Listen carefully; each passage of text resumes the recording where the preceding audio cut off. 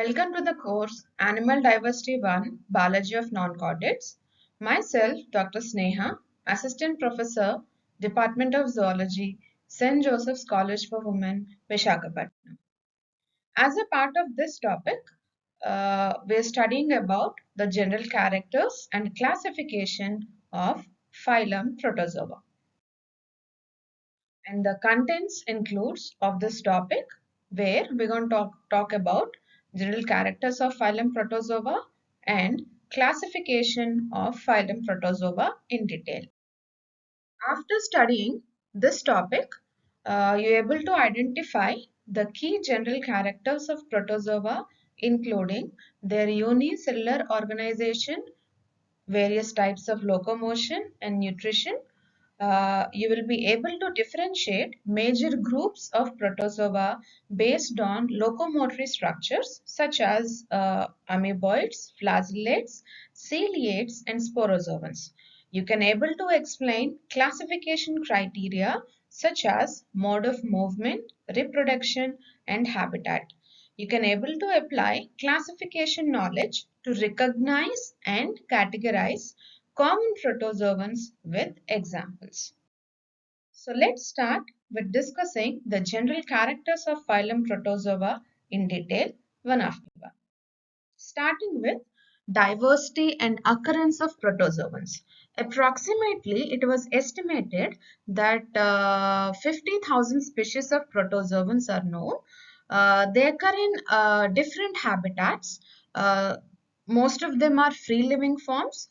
This type of forms are found in freshwater, marine water, and in moist environments. On the other hand, even we can able to observe some parasitic protozoan forms also, where some of them are going to exhibit as ectoparasites and some of them are endoparasites. And some even species of protozoans live as even commensals type of protozoans are also present. Coming to their size and visibility, protozoans are microscopic in size, and most species cannot be seen without the naked eye, and it requires to observe them a microscope. And the type of level of organization they are exhibiting is the simplest type, and they are considered as most primitive type of animals, and they're going to exhibit protoplasmic level of organization, and the body is made up of only one and only one single cell without any tissues or organs. Coming to their cellular structure, they're going to exhibit unicellular type of structure, and which performs all the type of life functions.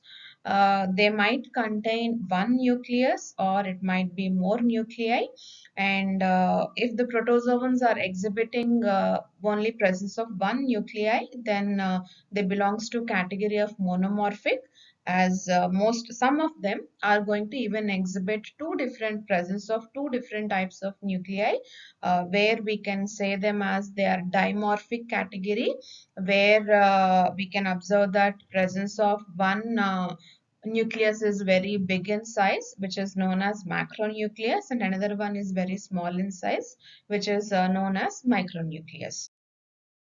Coming to their body covering and support, body may be naked in some protozoans, but in some protozoans it is covered by a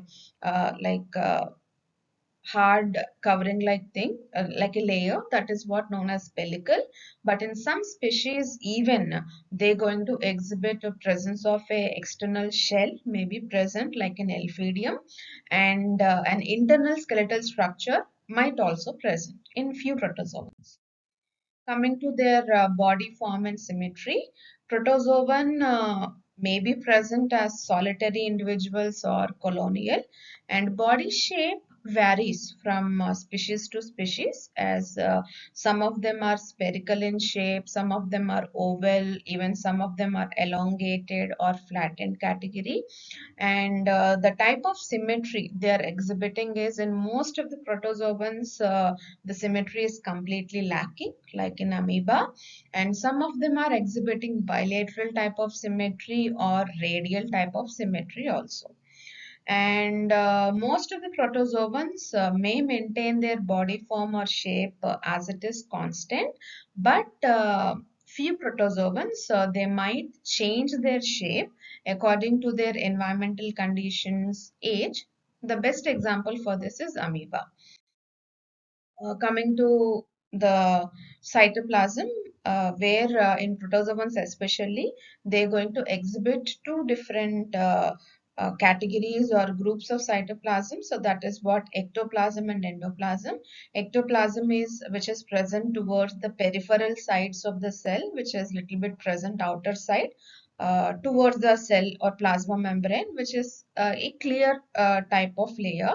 On the other hand, endoplasm, which is present towards the inner side of the cell, which is little more granular in nature. Coming to their functional organization, as just now we have discussed that protozoan's body is itself made by a single cell, but that single cell carries all the vital activities such as the digestion, that is what taking the, that means digesting the food particles and even absorbing the food particles also, and later even respiration, excretion and reproduction.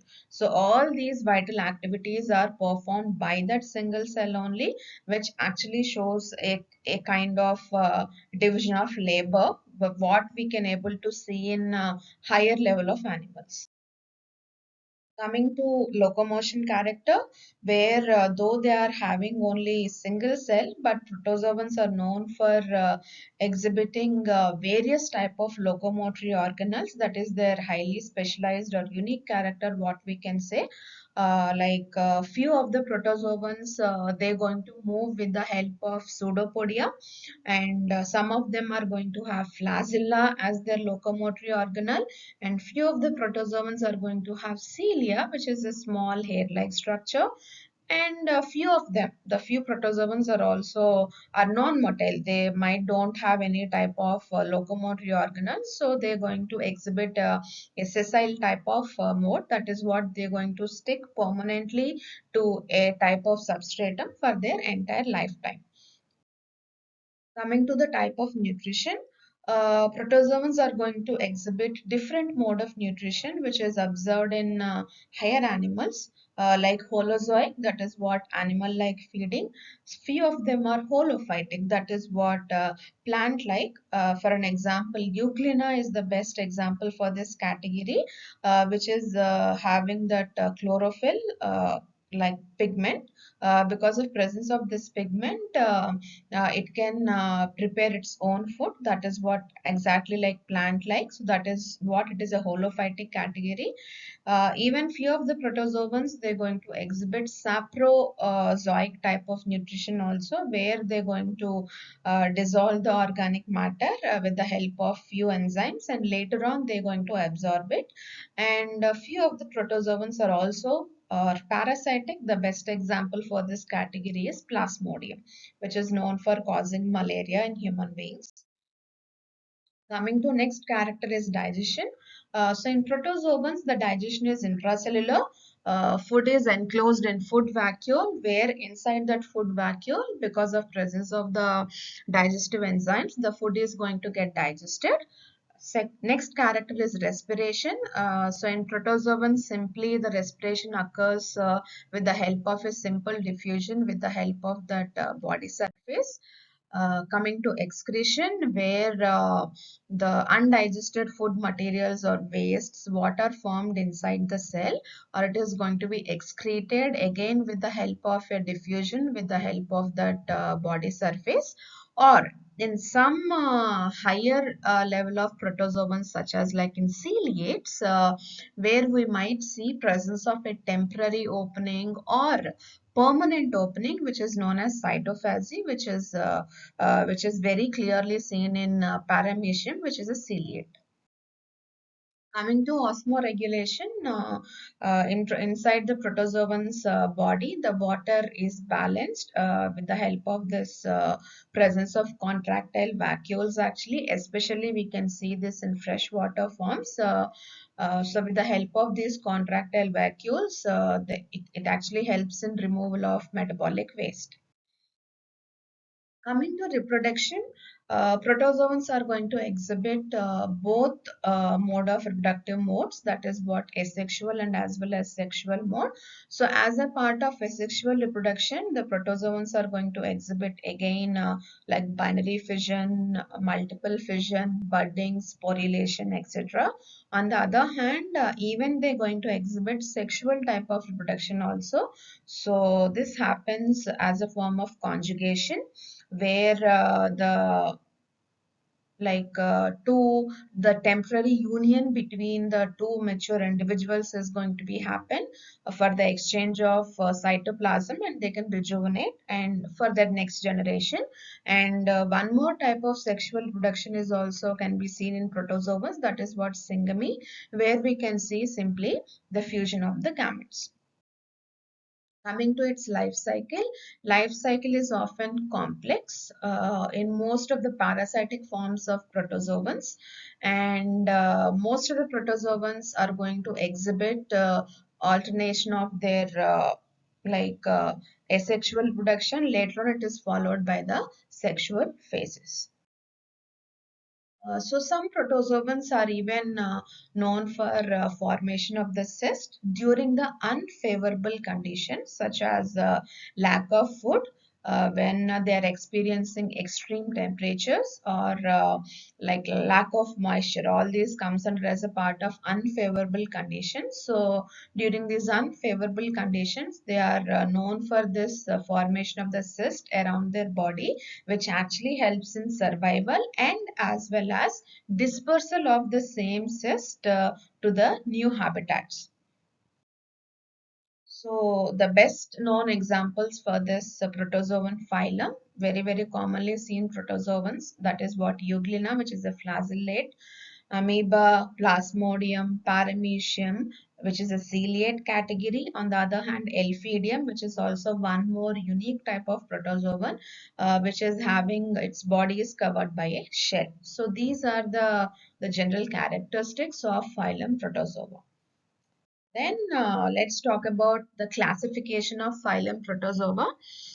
So this phylum Protozoa is further classified into four subphylums. That is what subphylum 1, Sarcomastigophora, subphylum 2, Sporozoa, subphylum 3, Nidospora, subphylum 4, Celiophora.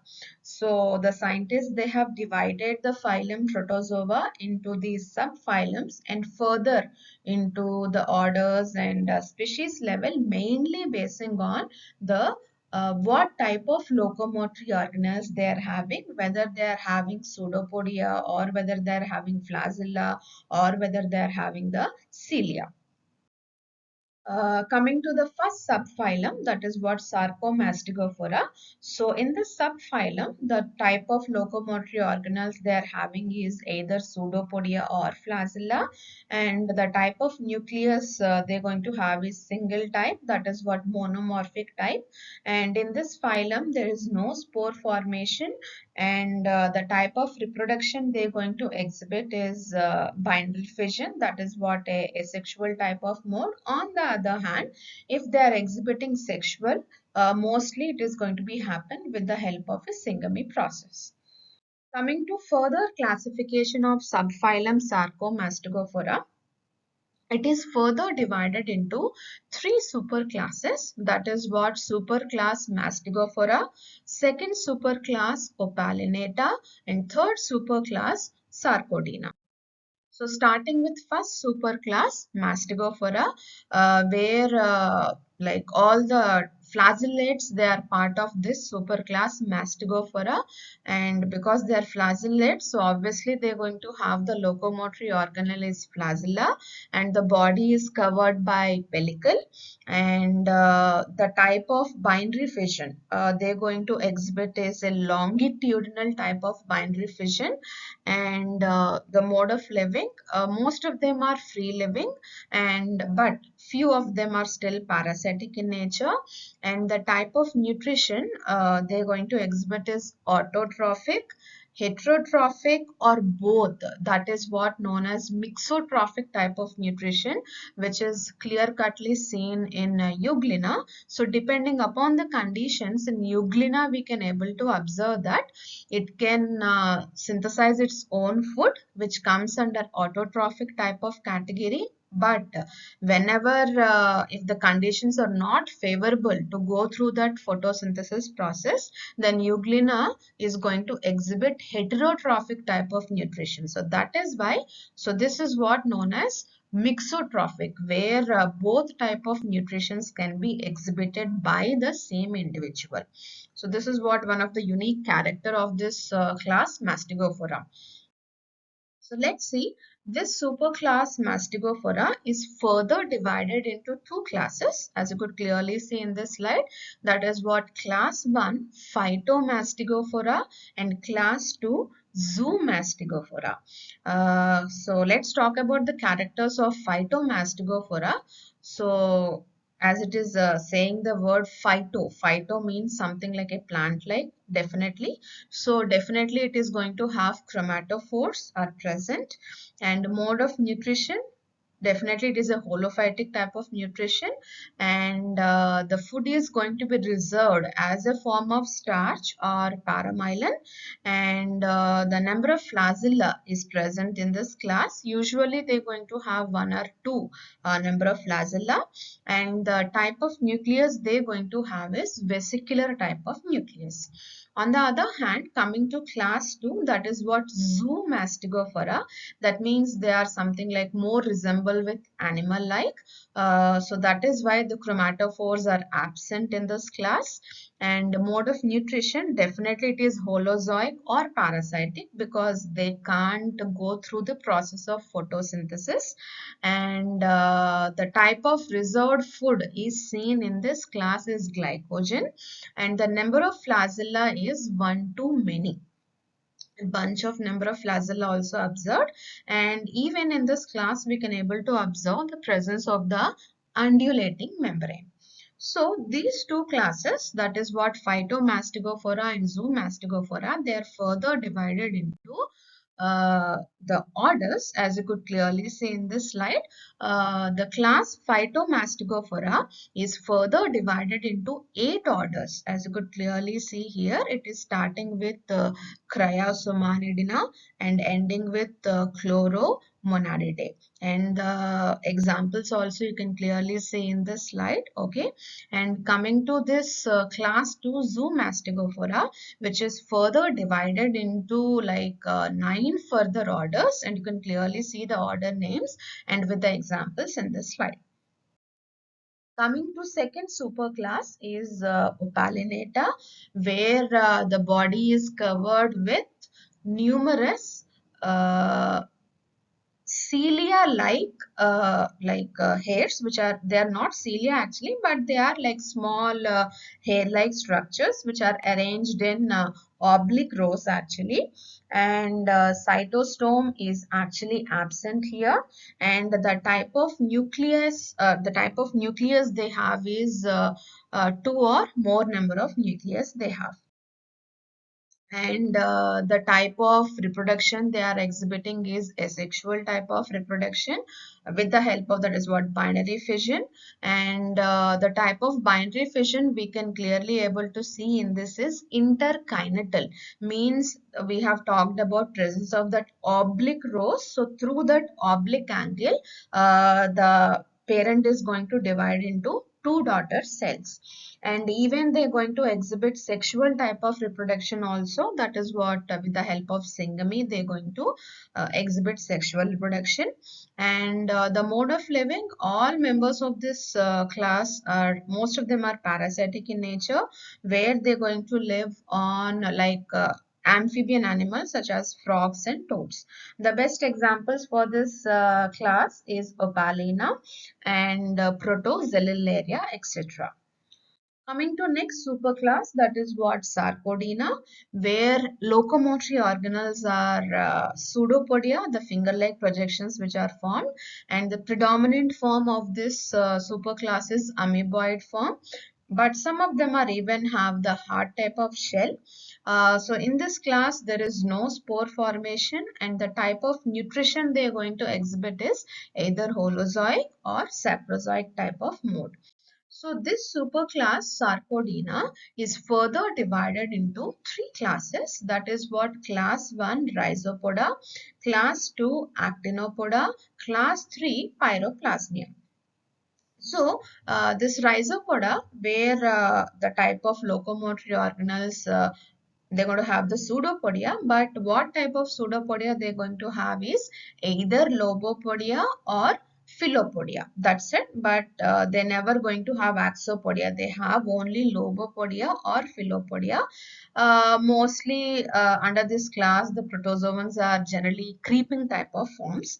On the other hand, the second class actinopodia, where they're going to have only axopodia type of pseudopodia they have actually, and on the other hand they are primarily floating forms, or few might be sessile. Coming to the class 3 pyroplasmia, where they're going to exhibit round shaped bodies, and most of them are parasitic category, where they are present inside that vertebrates RBCs, red blood cells actually. The best examples for this class is Babesia. So coming to further classification of these three classes, the class Rhizopoda is further divided into subclasses, three subclasses as you could clearly see here, and each subclass is further divided into orders also with examples. And coming to class 2, which is also further divided into four subclasses. There is no further order here, but the Actinopodia is further divided into four subclasses. Coming to class 3, Pyroplasmia, there is no further subclass and order in this case. So coming to second subphylum, that is what Sporozoa, where the locomotory organelles are completely absent, and the mode of living they are exhibiting is they are completely endoparasites. They are completely endoparasites, and they are going to reproduce with the help of the sexual reproduction. As the subphylum name is itself is indicating as Sporozoa, that means they are the spore forming protozoans. So that's why definitely the spore formation is present in this subphylum. Okay, and the type of nucleus is present here is monomorphic type. So this subphylum Sporozoa is further divided into three classes. That is what Telosporia, class 2 Toxoplasmia, and class 3 Haplosporia. So in this class 1 Telosporia, where pseudopodia are completely absent, locomotion, that means how they're going to move is with the help of a gliding. They're going to simply glide, and spore formation is present, and the type of spores which are present in this class is they're going to have capsule and filaments, and without the capsules and filaments, that means the spore is simply naked, and they're going to reproduce with the help of both sexual and asexual methods. Coming to second class, that is what Toxoplasmia, where pseudopodia or flagella they're completely absent, and even spore formation is also absent in this class. So they're going to reproduce only with the help of asexual reproduction, that is binary fission. But see here in this class, we can able to observe cyst formation actually. Coming to class 3, Haplosporia, where few of the Haplosporians might have pseudopodia, few of them. Flagella is also absent, but spore formation is present. Reproduction is asexual and as well as sexual, both is present here. So this Telosporia is further divided into two subclasses, as you could clearly observe in this slide. On the other hand, class Toxoplasmia doesn't have any further classification, and class 3 Haplosporia also doesn't have any further classification. Coming to subphylum 3, Nidospora, where again we can able to observe that all of them are parasitic in nature, and spores are also again formed, and in this case the spores are again having further different cells inside that spore, and they are even having polar type of filaments. The number of polar filaments they are having, it might range from one to more actually. And the type of zygote formation we can clearly see in this subphylum Nidospora is one or more type of zygote. That is what trophozoites are going to be formed, that is without sporogamy. So this subphylum 3 Nidospora is further classified into two classes. That is what class 1 Myxosporidia and class 2 Microsporidia. Why these classes are divided into two? Because that is what presence or the type of spores they are having, right? So in the Myxosporidia, the type of spores are present are little bit multicellular in level, and they are little bit larger in size, and they to have 2 to 3 number of walls in the inside that spore. And this type of category of protozoans we can able to observe as a parasitic form on the fishes, actually, of fishes. The examples for this is Myxobolus and Myxedium. On the other hand, Microsporidia, as the name indicating micro, means they're going to have a small size of spore formation, and they do have only one valve inside that spore. Okay, so this microsporidian protozoans can be seen as a form of intracellular parasites inside the arthropods and as well as in some vertebrate category also. And the examples for this class Microsporidia is Nosema.